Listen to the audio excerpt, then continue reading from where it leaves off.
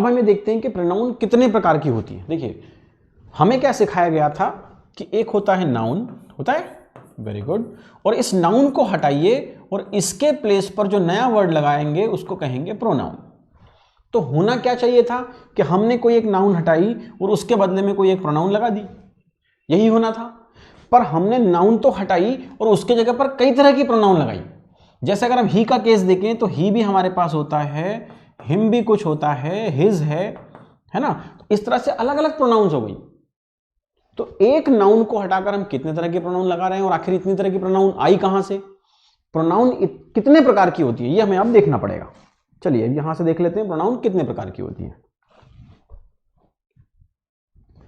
अब यहां एक नया फंडा आ गया, इन्होंने बताया कि नाउन का प्रयोग अगर सब्जेक्ट की तरह किया जाए तो एक अलग प्रोनाउन लगेगी, नाउन का प्रयोग अगर ऑब्जेक्ट की तरह किया जाए तो अलग प्रोनाउन लगेगी, और अगर उसी नाउन का प्रयोग पदेशन का मतलब समझते हैं आप, अधिकार बताने के लिए किया जाए तो फिर एक अलग प्रोनाउन लगेगी। सब्जेक्ट तो हमने देखा था जब हमने टेंस पढ़े थे, सब्जेक्ट मतलब कर्ता, है ना, डूअर। ऑब्जेक्ट क्या होता है? ऑब्जेक्ट होता है जिसके ऊपर वो काम किया जाता है, जो उस काम से अफेक्टेड होता है, वो होता है ऑब्जेक्ट, ठीक। और पदेशन का यहां मतलब है अधिकार। जब आप किसी चीज पर अपना अधिकार बताते हैं तो उसे हम कहते हैं पदेशन। क्लियर?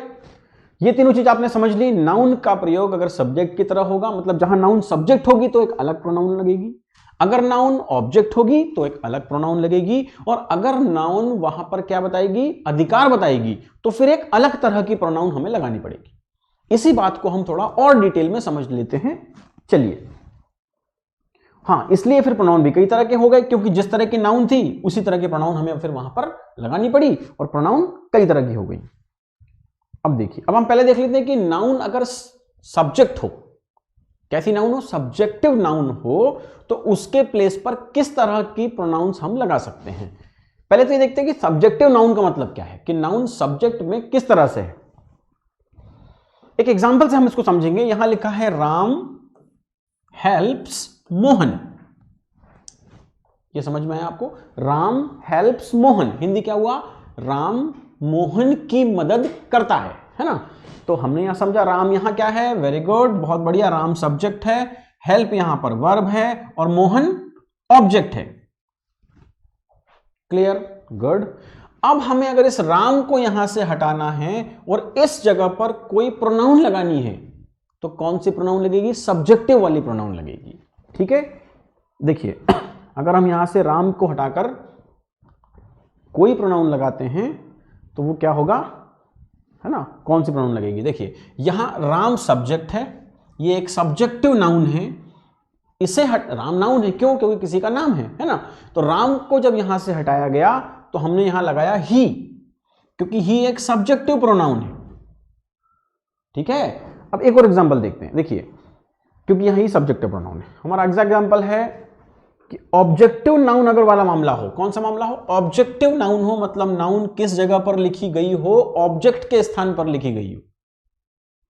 सब्जेक्ट वाला स्थान कौन सा होता है? जो कोई काम करता है। ऑब्जेक्ट क्या होता है? जिसके ऊपर काम किया जाता है। तो नाउन कहां लिखी गई? ऑब्जेक्टिव वाले स्थान पर, मतलब नाउन कोई काम नहीं कर रही होगी, इसके ऊपर काम हो रहा होगा, है ना। एग्जाम्पल से समझते, देखिए फिर से हमने वही सेंटेंस लिया, राम हेल्प्स मोहन। पिछली बार हमने राम को रिप्लेस किया था और यहां पर लिखा था ही, क्यों? क्योंकि राम सब्जेक्टिव वाले नाउन कौन सी जगह पर थी? सब्जेक्टिव वाली नाउन थी। इस बार हम क्या करते हैं, मोहन जो यहां लिखा हुआ है इसको हटाकर प्रोनाउन लगाने की कोशिश करते हैं। तो मोहन के सब स्थान पर है, मोहन ऑब्जेक्ट वाले स्थान पर है, मतलब मोहन क्या है? ऑब्जेक्टिव प्रोनाउन है। मोहन क्या है? ऑब्जेक्टिव नाउन है, सॉरी, है ना, ऑब्जेक्टिव नाउन है। तो अब मोहन के स्थान पर हमें क्या लगाना है? प्रोनाउन लगानी है। तो फिर हमने लगाना पड़ा यहां पर हिम। क्या लगाना पड़ा? हिम लगाना पड़ा। राम यहां सब्जेक्ट है, वर्ब इस वाले सेंटेंस में हेल्प है, और ये हिम जो है ये एक प्रोनाउन है। ये किस जगह पर लगी है? ये ऑब्जेक्टिव नाउन वाले स्थान पर लगी है। दो चीजें हमने यहां अच्छे से समझ ली। पहला ये कि अगर सब्जेक्टिव वाली नाउन होगी तो उसको हटाकर हम कौन सी प्रोनाउन लगाएंगे? सब्जेक्टिव प्रोनाउन लगाएंगे। और अगर ऑब्जेक्टिव वाले प्लेस पर से नाउन हटाएंगे तो फिर हम क्या करेंगे? वहां पर ऑब्जेक्टिव वाली प्रोनाउन लगाएंगे। ठीक, तीसरा जो हमारा केस था वो क्या था, वो था कि अगर केस कौन सा हो, पोजीशन वाला। देखिए जहां पर नाउन सब्जेक्ट थी वहां तो हमने प्रोनाउन लगा ली, जहां नाउन ऑब्जेक्ट वाले जगह पर थी वहां भी हमने प्रोनाउन लगा ली। पर अगर मान लो कोई ऐसा सेंटेंस आ जाए जहां ना तो नाउन सब्जेक्ट हो और ना ही नाउन ऑब्जेक्ट हो, तो हम फिर वहां क्या करेंगे, वहां पर हो सकता है नाउन पोजीशन वाला मामला हो। पोजीशन का मतलब आप समझते हैं, अधिकार बताना। जब नाउन किसी चीज पर अपना अधिकार बता रही हो, मतलब जो शब्द लिखा गया हो वो किसी चीज पर अपना अधिकार बता रहा हो। एग्जाम्पल देखते हैं इसका। देखिए यहां लिखा है राम्स बुक। इस सेंटेंस में ना तो राम कोई काम कर रहा है कि वो सब्जेक्ट है, जी नहीं, ना राम के ऊपर कोई काम हो रहा है, इसलिए ना तो राम ऑब्जेक्ट है। फिर क्या हो रहा है, यहां पर राम इस बुक को अपनी बता रहा है, मतलब राम क्या बता रहा है, पोजीशन, अधिकार बता रहा है। तो अगर इस जगह से इस राम को हम हटाएंगे तो हमें फिर किस तरह की प्रोनाउन लगानी पड़ेगी, पॉजेसिव वाली प्रोनाउन लगानी पड़ेगी। Very good. देखिए राम यहां पर क्या है, राम यहां पर पॉजेसिव वाला मामला है, राम पॉजेसिव नाउन है।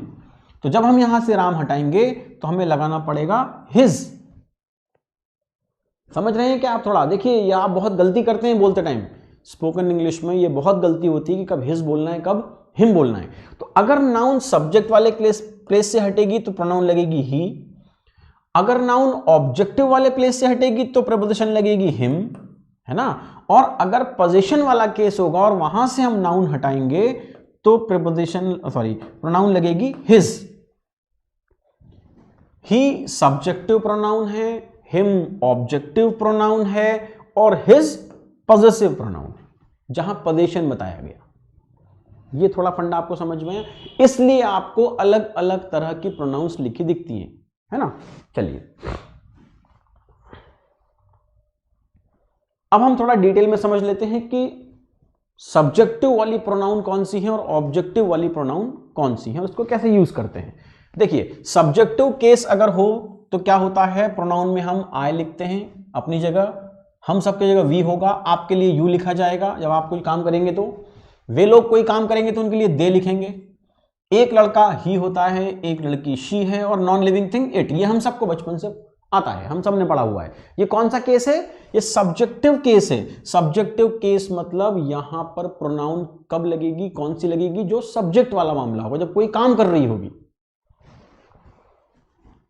एक बहुत इंपॉर्टेंट कंसेप्ट जो आप यहां समझ लीजिए वो ये है कि इनके बाद, किनके बाद, ये जो सब्जेक्टिव प्रोनाउन लिखी है इनके बाद या तो हमेशा मेन वर्ब आएगी, या हेल्पिंग वर्ब आएगी, या मॉडल वर्ब आएगी, है ना। थोड़ा इसको मैं एग्जांपल से समझा देता हूं। देखिए अगर मैं लिखता हूं आई और आई के आगे मैंने लिखा गो।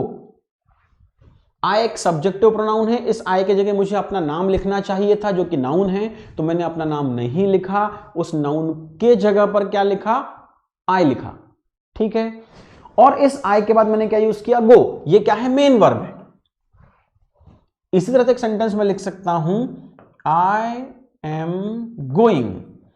इस बार मैंने क्या किया, इस बार आई के बाद हेल्पिंग वर्ब का यूज किया, क्योंकि ये भी एक तरह की वर्ब है। तो इसके बाद किसका यूज किया, हेल्पिंग वर्ब का यूज किया, आई एम गोइंग।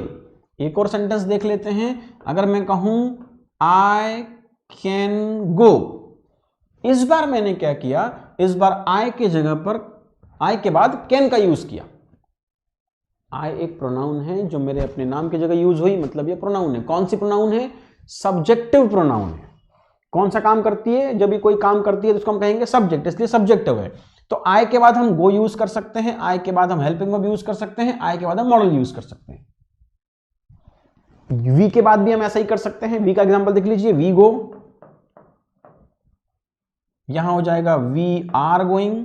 इस बार हमने क्या लगाया, वी के बाद आर लगाया, हेल्पिंग वर्ब। फिर हम लिख सकते हैं we can go, we should go. Should भी एक मॉडल होता है, तो हम लिख सकते हैं वी शुड गो। क्लियर हो रहा है क्या आपको थोड़ा? ये जो सारे लिखे हैं I, we, you, they, he, she, it, है ना, इनके मतलब आपको मालूम है। आई मतलब मैं, वी मतलब हम, यू मतलब आप या तुम, दे मतलब वे, ही का मतलब होता है शी, ही का मतलब होता है वह, शी का मतलब भी होता है वह, और इट का मतलब भी होता है वह, नॉन लिविंग। ठीक है, और आगे चलते हैं। ये आपको समझ में आया क्या? ये सारे I, we, you, they, he, she, it, ये क्या हैं? ये सब्जेक्टिव प्रोनाउन है। मतलब कौन सी नाउन की जगह पर लगे थे? जब नाउन सब्जेक्ट वाले प्लेस पर थी, वहां से हमने नाउन हटाई और जो भी प्रोनाउन हमें लगानी थी वो हमने लगाई। और जो इंपॉर्टेंट कंसेप्ट क्या था कि इनके बाद, किन के बाद? ये I, we, you, they, he, she जो ये सब्जेक्ट हैं, इनके बाद या तो मेन वर्ब आ सकती है, या हेल्पिंग वर्ब आ सकती है, या मॉडल वर्ब। मॉडल वर्ब आप समझते हैं, can, could, may, might, should, इस तरह के मॉडल वर्ब्स आ सकती है। दूसरा एग्जांपल देखते हैं, ऑब्जेक्टिव केस वाला। ये आपने सुना होगा, मी, अस, यू, देम, हिम, हर और इट।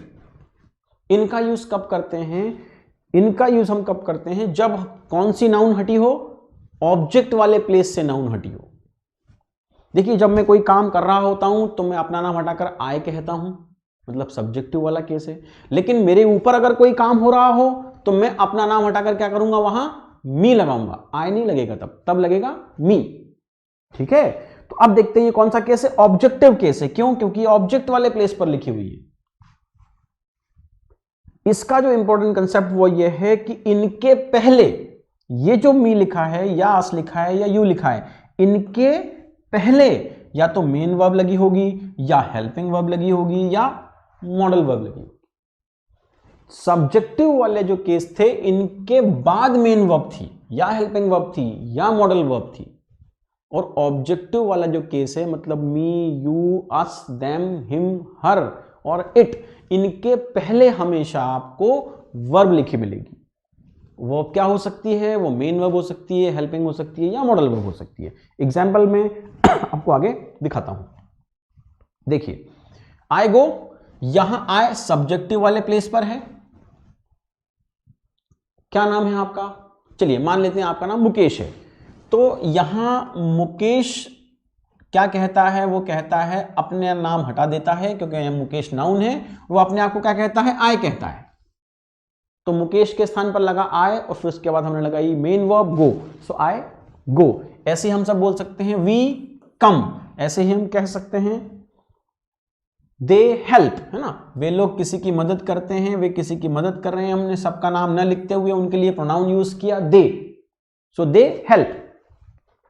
अगला है शी डांसेस। यहां उस लड़की का नाम होना चाहिए था, और चूंकि वो कोई काम कर रही है इसलिए कौन सा वाला प्रोनाउन लगा? वेरी गुड वन, सब्जेक्ट वाला प्रोनाउन लगा, शी डांसेस। ये समझ में आया आपको? अब हम ऑब्जेक्ट वाले एग्जांपल देखते हैं। देखिए, अब यहां लिखा है टीच अस। आप यहां पर वी नहीं लिख सकते हैं क्योंकि यहां पर आप इन सब के ऊपर कोई काम किया जा रहा है, ये कोई काम नहीं कर रहे हैं। अगर ये काम कर रहे होते तो वी टीच होता, मतलब हम सब मिलकर कोई काम करते तो क्या कहना पड़ता? We teach. पर हम नहीं पढ़ा रहे हैं, हमें पढ़ाया जा रहा है, मतलब टीचिंग, पढ़ाने का काम हमारे ऊपर हो रहा है, टीचिंग वाला काम हमारे ऊपर हो रहा है। तो हम क्या हैं? हमने अपने आप सबके नाम को हटाकर अस लिखा, हेल्प हिम। अब हमें कहना था हेल्प मुकेश। क्या कहना था? हेल्प मुकेश। तो हमने यहां मुकेश हटाया और उसकी जगह हिम लगाया। क्यों? क्योंकि मुकेश कोई काम नहीं कर रहा था, हेल्प करने का काम मुकेश के ऊपर हो रहा था। ठीक है, तो मुकेश को हटाकर हमें यहां क्या लिखना पड़ा? हिम लिखना पड़ा। एक और एग्जांपल देखते हैं।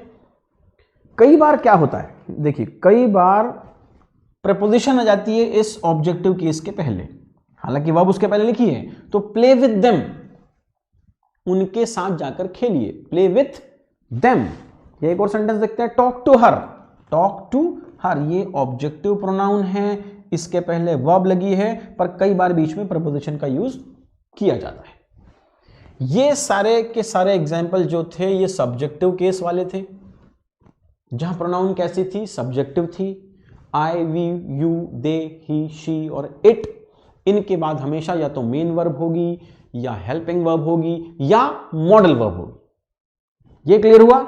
और जो ऑब्जेक्टिव वाले ये सारे केस हैं, ये जो आपके सामने लिखे हुए हैं, जो ऑब्जेक्टिव केस हैं, इनके पहले हमेशा वर्ब लिखी जाएगी, अस, है ना, जैसे मी, यू, अस, देम, हिम, हर, ये सब ऑब्जेक्ट वाले केस हैं, तो इनके पहले वर्ब यूज की जाती है। ठीक है, आगे चलते हैं। अब ये पजेशन वाला केस आ गया है। पजेशन वाला तो इधर आना होगा ना अपने को। चलो आ जाओ, तो इसको कर देंगे ना, वहां दूसरा चालू कर देंगे।